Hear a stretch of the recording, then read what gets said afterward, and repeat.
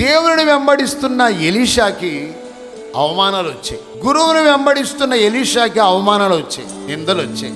అంటే పరిచర్యలోకి వచ్చి నాయకుడిని వెంబడిస్తున్నప్పుడు, సేవకుడిని వెంబడిస్తున్నప్పుడు దేవుని బిడ్డలారా అంతా సౌకర్యంగా ఉంటుంది, అంతా పొగడతలుగా ఉంటుంది, అంతా ఘనతగా ఉంటుంది, కడుపు నిండిద్ది, కంటి నిండా నిద్రపోవచ్చు, ఇస్త్రీ బట్ట నలగదు అన్నట్టుగా వెంబడియకూడదు. వెంబడించినందుకు ఆఖరి వరకు చెప్పండి ఎప్పటి వరకు?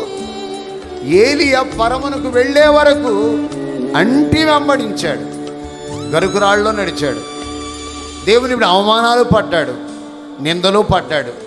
పరిస్థితులు ఎలా మారినా నేను నా యజమానుడిని వెంబడిస్తాను, వదలను.